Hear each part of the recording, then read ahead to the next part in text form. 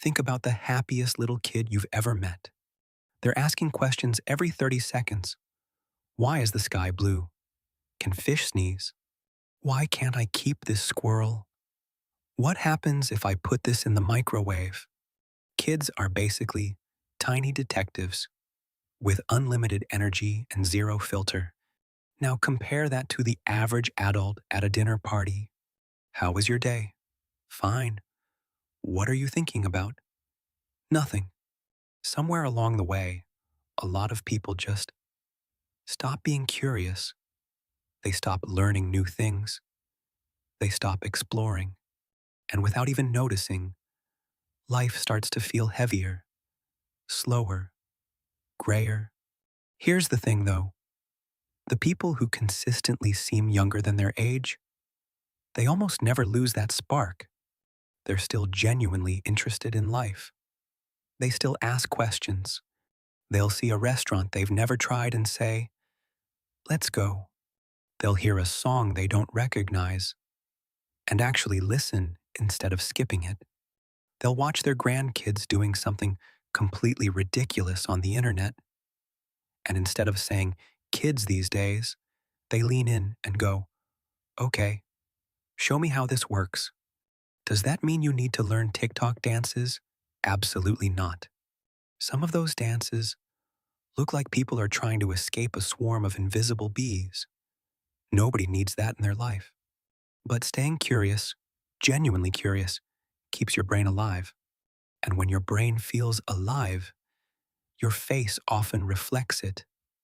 There's no cream in the world that replicates that. There's a story about an older gentleman who visited the same little coffee shop every single morning. Same time, same chair, same newspaper, same order. One morning, the young waitress finally worked up the courage to ask him something. "Sir, can I ask you a question? Why do you always seem so happy? Like, genuinely happy?" He looked up from his paper and smiled. Then he said, "Because every morning I try to learn one thing I didn't know yesterday." She laughed a little. "Even at your age?" He laughed even harder.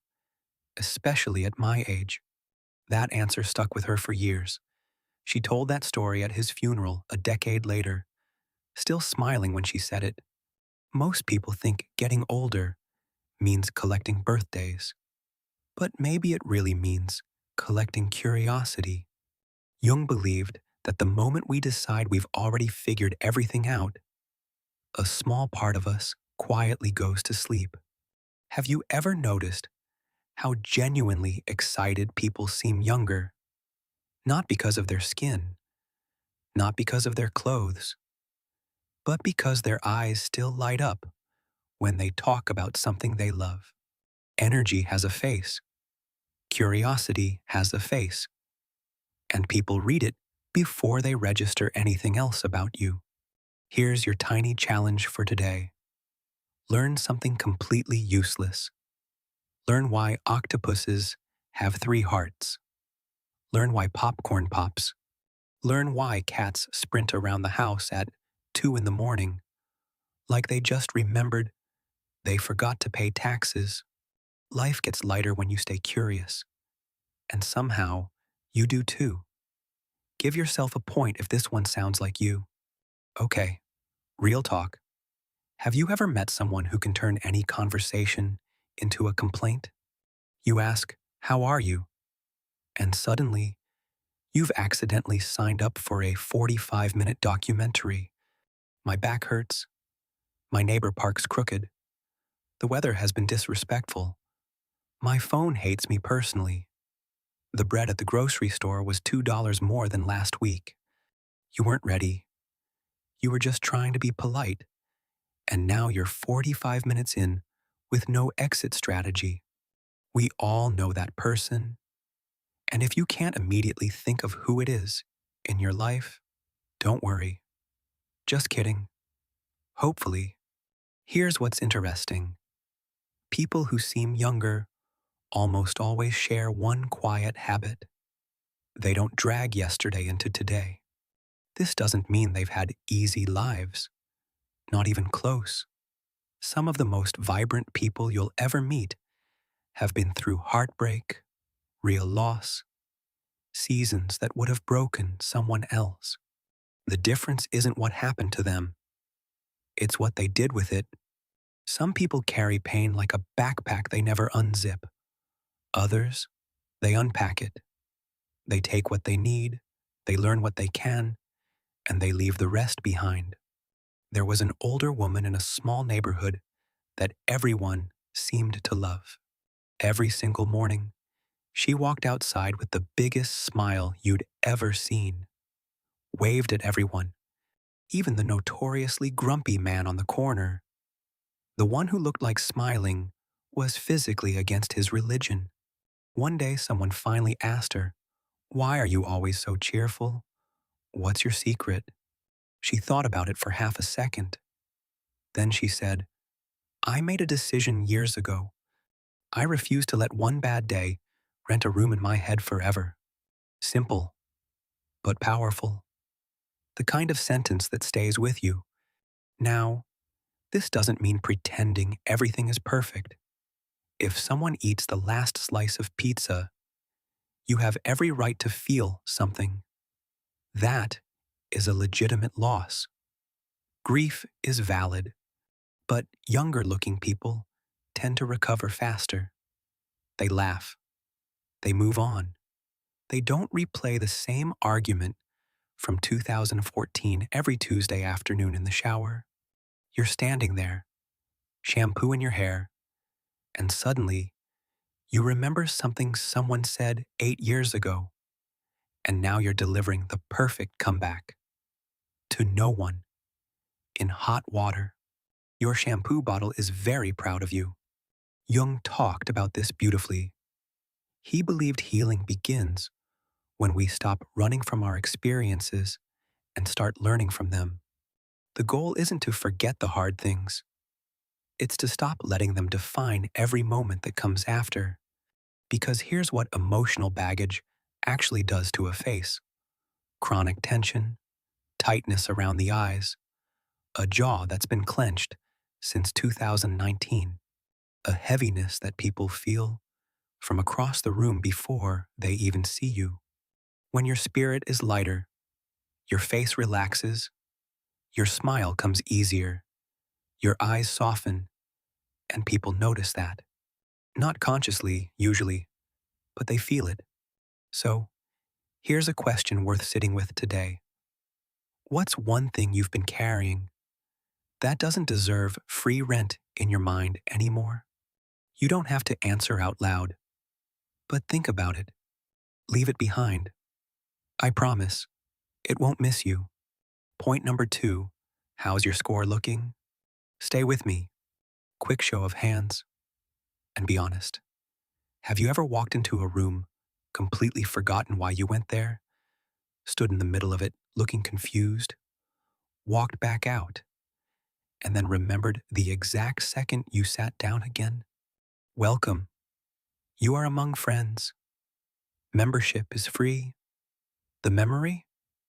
Completely optional. Here's what separates people who seem younger from people who seem older, and it has nothing to do with the forgetting. It has everything to do with how they respond to the forgetting. Some people get frustrated, embarrassed, start catastrophizing. Oh no, this is it. This is the beginning of the end.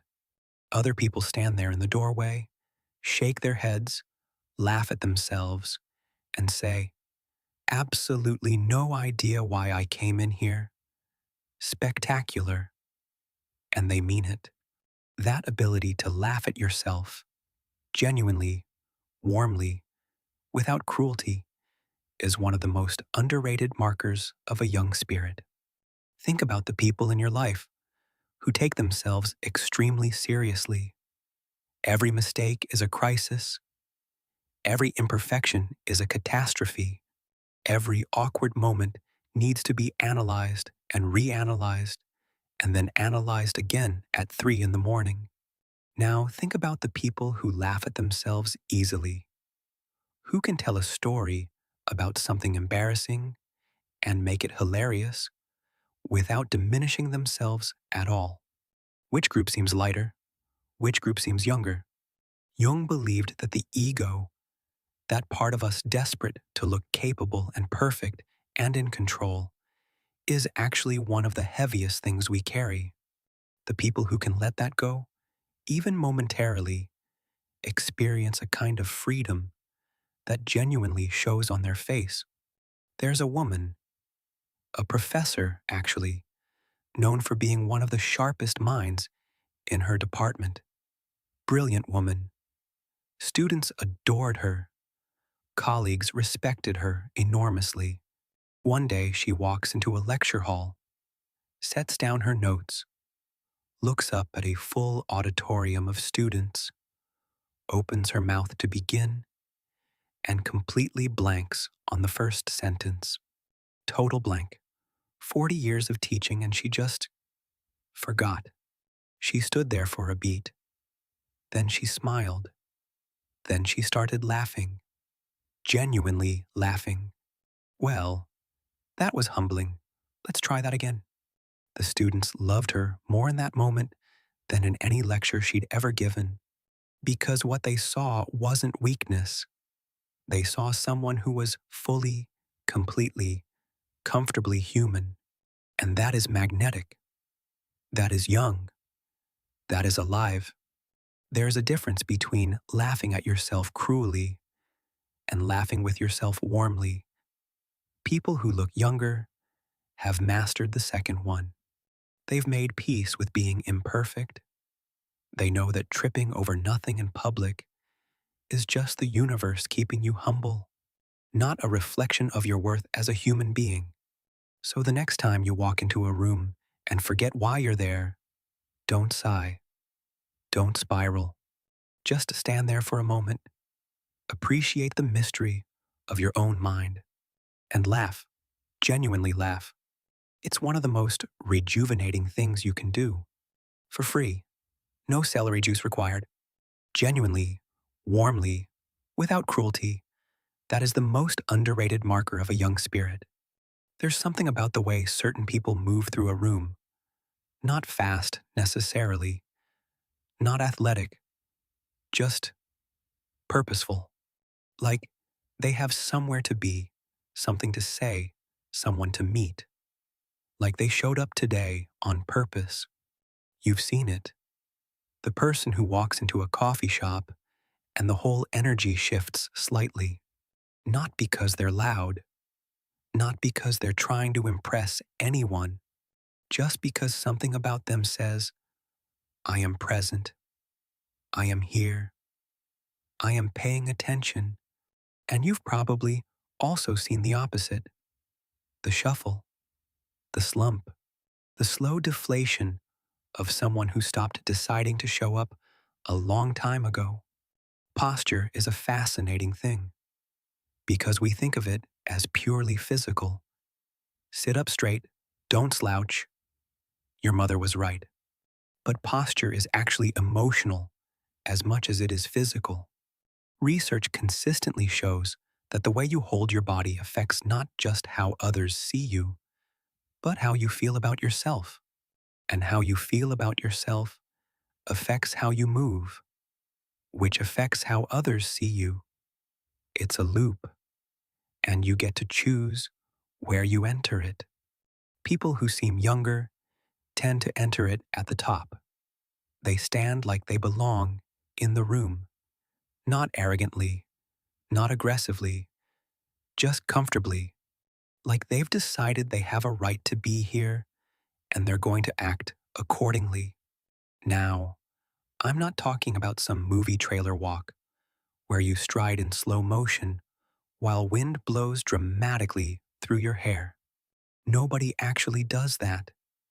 And if they do, they need a different kind of help. I'm talking about something much simpler. Just deciding, before you walk in anywhere, that you belong there, that your presence has value, that today is worth showing up for. That tiny internal decision, it shows up externally in ways people can't quite explain, but absolutely, definitely notice. There's a man, retired military, early 70s, who volunteers at a local school once a week, reading to first graders. The teacher who first invited him told me that the moment he walked into the classroom that first day, the kids went completely quiet. Not because he was scary, because he walked in like someone who had something worth hearing, like the stories mattered, like the kids mattered, like the room mattered. He sat down, he opened the book, and for 30 minutes, 26-year-olds were completely, utterly still. After he left, one of the kids turned to the teacher and said, "Is he a superhero?" That's posture. That's presence. That's the energy of someone who still believes today is worth showing up for, fully, completely, without reservation. Loneliness ages people. That sounds simple, maybe even obvious, but I don't think we talk about it enough, especially in a world where it's never been easier to be technically connected and genuinely, deeply alone at the same time. Studies on longevity, research on people who live the longest, healthiest, most vibrant lives consistently point to one factor above almost everything else. Not diet, not exercise habits, not genetics, connection, real, warm, reciprocal human connection. Now, connection doesn't mean you need to be the life of the party. It doesn't mean you need 40 close friends and a social calendar so full you need a manager. Some of the most vibrant people I've ever encountered have 3 people they deeply trust and a dog they would describe as a soulmate. That counts. That absolutely counts. What matters is that there are people in your life you laugh with, people you can call when something ridiculous happens and you need to tell someone immediately, people who know what you actually think, not just the polished version you present to the world. Because here's what genuine connection does to a person's face: it relaxes it, it opens it, it gives the eyes that particular warmth that no amount of sleep or skincare can manufacture. The warmth that comes from feeling genuinely known. People who feel known look different. They carry themselves differently. They smile differently, with their whole face, not just their mouth. There's a woman in her late 80s who lives alone since her husband passed 6 years ago. By every external measure, you might expect her to seem diminished, tired, faded. Instead, every single person who meets her comments on the same thing: her energy, her aliveness. When someone finally asked her what her secret was, she thought about it carefully. Then she said, "I never let myself go more than 3 days without a real conversation. Not a text, not an email, a real conversation with someone who actually knows me. 3 days. That's her rule. And she keeps it." When did you last have a real conversation with someone who actually knows you? Not a status update, not small talk, a real one. If it's been a while, reach out today. One message, one call. You don't need a reason. The fact that you thought of someone is reason enough. Connection, real, warm, reciprocal, human connection. It's what keeps us alive and what keeps us looking like we are. Hope is a physical thing. I know that sounds strange, but I genuinely believe it. Because when people have something they're looking forward to, something that pulls them forward, something worth getting out of bed for, it changes the way they exist in their body. It changes their eyes. It changes the set of their face. And the absence of that thing, the absence of anticipation of forward motion, of something waiting on the horizon. That absence ages people in a way that's hard to describe but impossible to miss. Now, the thing people get wrong here is they think the thing has to be enormous, a trip around the world, a major life achievement, a bucket list item. It doesn't. People who look and feel younger tend to have a constant stream of small, medium, and occasionally large things they're looking forward to. The new book that comes out next month, Tuesday lunches with a particular friend, the garden they're slowly building, the hobby they're terrible at but love anyway. The size of the thing doesn't matter.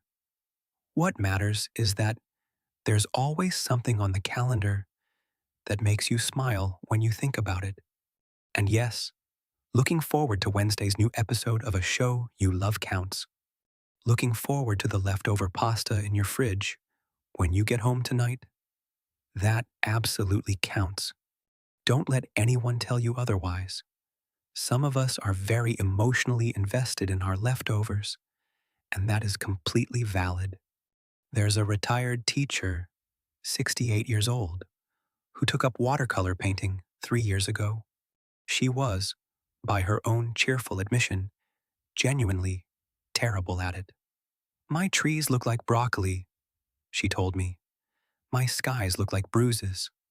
But she painted every Saturday morning for 3 hours with the discipline of someone who has an appointment with something they love.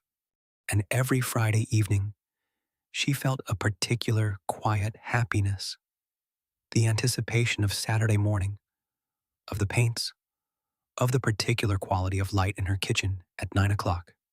Her daughter said that in the years since her mother started painting, she looked 5 years younger, not different exactly, just lighter, like something in her had exhaled. That's what anticipation does.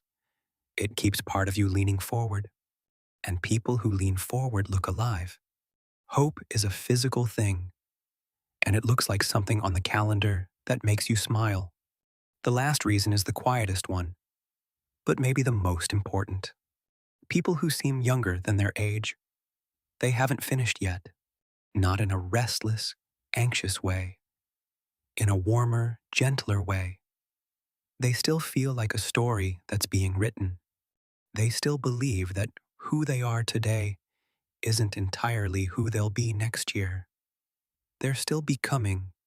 Jung spent his entire career circling one idea, that the human psyche never stops growing, that there are whole rooms inside us we haven't opened yet, and the people who stay curious about their own inner life, they carry a quality that's genuinely hard to put into words.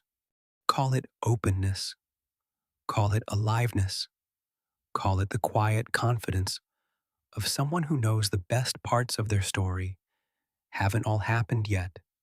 There was a man who started learning to play the piano at 72. His children thought it was a phase. His grandchildren were slightly embarrassed when he played for them, badly, at family gatherings. He didn't mind at all. He practiced every morning for 45 minutes. He got slightly less bad every month.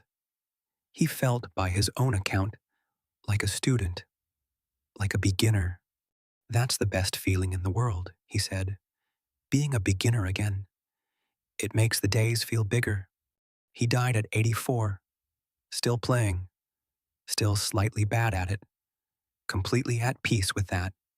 And everyone who knew him said the same thing. Right up until the end, he seemed young. Not young like a young person, young like someone who still believed tomorrow held something worth discovering. What part of you is still becoming? What room inside yourself haven't you opened yet? What skill, what interest, what version of yourself is still waiting for you to come find it? So, 7 reasons. Curiosity that never quite quits. The lightness of someone who doesn't carry everything forever.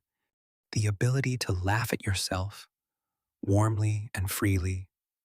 Moving through the world like you belong in it, having people who really know you, always having something on the horizon worth smiling about, and the quiet, powerful belief that you're still becoming something. None of these came in a bottle. None of them require a 5-step morning routine or a complicated diet. They require a certain orientation toward life, a decision made quietly, often unconsciously, to stay open, to stay curious, to stay in motion, to stay connected, to stay here. Jung said that life is a journey toward wholeness, not perfection, but wholeness. And the people who are genuinely on that journey carry something visible, something that reads as youth, even when the calendar says otherwise. It's not a look, it's a quality, and it comes from the inside, always, every single time. And yes, staying hydrated helps. Getting enough sleep is wonderful. Sunscreen is genuinely your friend. I'm not going to pretend otherwise. But if you've been watching, keeping score, recognizing yourself in these stories, you already know something no cream could ever teach you. Final score. How many points did you end up with? Drop it in the comments. I read every comment, and I'm genuinely curious what resonates. And if you thought of a specific person while watching this, someone whose energy just makes them seem younger than the calendar says, I'd love to hear about them. Those stories are my favorite. There's another video coming that goes even deeper. The invisible habits of people who seem to age backwards. Not physically, energetically. The invisible things they do differently that most people never notice. You're going to want to watch that one. Until then, stay curious, travel light, and maybe learn one completely useless thing today. You've earned it.